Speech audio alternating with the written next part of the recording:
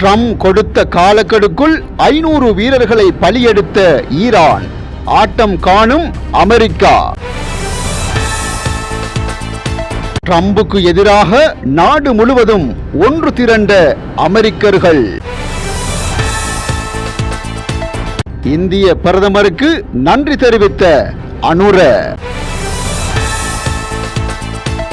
என் காலடியில் விழுந்து கிடக்கிறார் சவுதி அரேபியாவின் இளவரசர். டொனால்ட் ட்ரம்ப் கருத்து.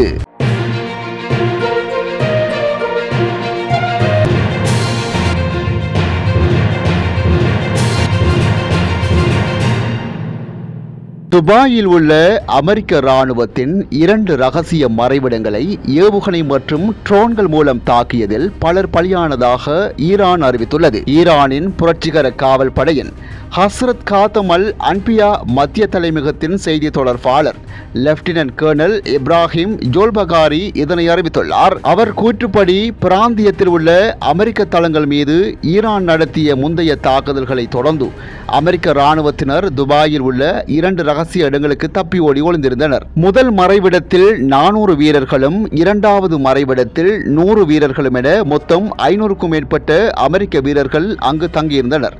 ஈரானின் புரட்சிகர பாதுகாப்பு படை இந்த இடங்களை கண்டறிந்து துல்லியமான ஏவுகணைகள் மற்றும் ட்ரோன்கள் மூலம் தாக்குதல் நடத்தியதாகவும் இதில் அமெரிக்க தரப்பில் பெரும் உயிரிழப்புகள் ஏற்பட்டுள்ளன. ட்ரம்பும் அமெரிக்க இராணுவ தளபதிகளும் இந்த பிராந்தியம் அமெரிக்க வீரர்களின் சவப்பெட்டியாக மாறும் என்பதை முழுமையாக புரிந்து கொள்ள வேண்டும். இஸ்லாமிய வீரர்களின் தெய்வீக விருப்பத்துக்கு அடிபணிவதை தவிர அவர்களுக்கு வேறு வழியில்லை என எச்சரித்துள்ளார். முன்னதாக நேற்று அபுதாபியின் கலிஃபா பொருளாதார மண்டபம் மற்றும் சவுதியின் பிரின்ஸ் சுல்தான் விமானப்படை தளம் மீதான தாக்குதல்களை தொடர்ந்து துபாயில் தாக்குதல் நடத்தப்பட்டுள்ளதாக ஈரான் கூறுவது வளைகுடா நாடுகளில் பெரும் பரபரப்பை ஏற்படுத்தியுள்ளது. இதற்கிடையே மேலும் 3500 அமெரிக்க வீரர்கள் மத்திய கிழக்கு போர் கப்பல்களில் அனுப்பப்பட்டுள்ளதாக தகவல் வெளியாகியுள்ளது. அவர்கள் ஈரான் எல்லையில் குவிக்கப்பட உள்ளனர் என கூறப்படும் நிலையில் ஈரான் மண்ணில் அவர்கள் கால் வைத்தால் சவப்பெட்டிகளில்தான் அமெரிக்கா திரும்புவார்கள் என ஈரான் எச்சரிக்கை விடுத்துள்ளது. அமெரிக்கா முழுவதும் ஜனாதிபதி டொனால்ட் ட்ரம்புக்கு எதிரான மாபெரும் போராட்டங்கள் நடைபெற்றுள்ளன. இது அரசர்கள் வேண்டாம் பேரணிகளின் 3ஆம் கட்டமாகும்.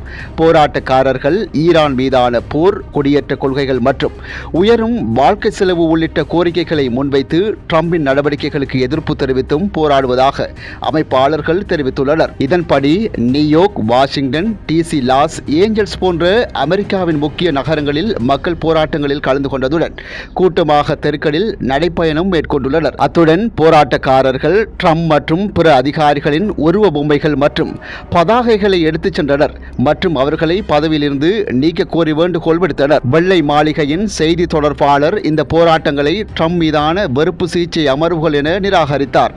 இருப்பினும் போராட்டக்காரர்கள் ட்ரம்பை பதவி நீக்கம் செய்ய வேண்டும் என்றும் அவர் குடியேற்ற கொள்கை மற்றும் ஈரான் போரில் நடவடிக்கைகள் குற்றச்செயல் என்று விமர்சித்து வருவதாக கூறப்படுகிறது. இதன் மூலம் பொதுமக்கள் மற்றும் அமைப்பாளர்கள் ஜனாதிபதி நடவடிக்கைகளுக்கு எதிராக தெளிவான எதிர்ப்பை காட்டி வருவதாக தெரிவிக்கப்பட்டுள்ளது. எரிபொருள் நெருக்கடிக்கு தீர்வாக இந்தியாவிலிருந்து எரிபொருள் கப்பல் ஒன்று இலங்கைக்கு அனுப்பப்பட்டமைக்கு ஜனாதிபதி அனுரகுமார திசாநாயக்க இந்திய பிரதமர் நரேந்திர மோடிக்கு நன்றி தெரிவித்துள்ளார். ஜனாதிபதி அனுரகுமார திசாநாயக்க எக்ஸ் கணக்கில் இந்த விடயத்தை குறிப்பிட்டுள்ளார். மத்திய கிழக்கு மோதலினால் இலங்கை எதிர்கொண்டுள்ள எரிபொருள் விநியோக தடைகள் குறித்து சில நாட்களுக்கு முன்னர் இந்திய பிரதமர் நரேந்திர மோடியுடன் கலந்துரையாடினேன். இந்தியாவின் விரைவான ஆதரவுக்கு நன்றிகளை தெரிவித்துக் கொள்கின்றேன். நேற்று 38,000 மெட்ரிக் டன் எரிபொருள் கொழும்பை வந்தடைந்தது. இதனை கிடைப்பதற்கு ஒருங்கிணைத்த இந்திய வெளிவிவகார அமைச்சர் கலாநிதி எஸ் ஜெய்சங்கருக்கும் நன்றிகள் என குறிப்பிட்டுள்ளார். மத்திய கிழக்கில் ஈரானுக்கு எதிரான போர் தீவிரமடைந்துள்ள நிலையில் சவுதி அரேபியாவின் இளவரசர் முகமது பின் சல்மான் குறித்து அமெரிக்க ஜனாதிபதி டொனால்ட் ட்ரம்ப் வெளியிட்ட கருத்துக்கள் பெரும் பரபரப்பை ஏற்படுத்தியுள்ளது. புளோரிடாவில் நடைபெற்ற சவுதி ஆதரவு முதலீட்டாளர்கள் மாநாட்டில் உரையாற்றிய டொனால்ட் ட்ரம்ப் தனது ஆட்சியின் கீழ் அமெரிக்கா மீண்டும் ஒரு வல்லரசாக உருவெடுத்திருப்பதை சவுதி இளவரசர் எதிர்பார்க்கவில்லை என்று குறிப்பிட்டுள்ளார். கடந்த ஓராண்டுக்கு முன்பு அமெரிக்கா ஒரு வலுவிழந்த நாடாக இருந்த இருந்ததாக சவுதி இளவரசர் என்னிடம் கூறினார். ஆனால் இப்பொழுது அமெரிக்கா உலகின் மிகச்சிறந்த நாடாக மாறியுள்ளது. நான் ஒரு தோல்வியடைந்த ஜனாதிபதியாக இருப்பேன் என்று அவர் நினைத்தார். ஆனால் இப்பொழுது அவர் எனது காலடியில் விழுந்து கிடக்கும் நிலைக்கு தள்ளப்பட்டுள்ளார்.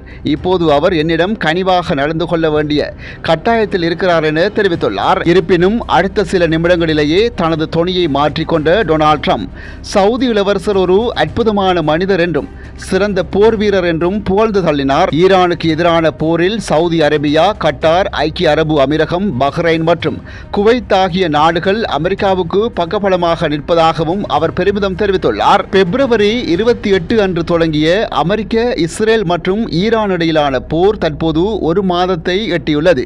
இந்த போரில் இதுவரை 1900 ஈரானியர்கள் உட்பட 4500க்கும் மேற்பட்டோர் கொல்லப்பட்டுள்ளதாக தகவல் தெரிவிக்கின்றன. இந்த நிலையில் ஈரானுடன் ஏதேனும் ஒப்பந்தம் ஏற்பட்டால் அது வரும் போரை நிறுத்துவதாக மட்டும் இருக்கக்கூடாது என வளைகுடா நாடுகள் அமெரிக்காவை வலியுறுத்தியுள்ளன.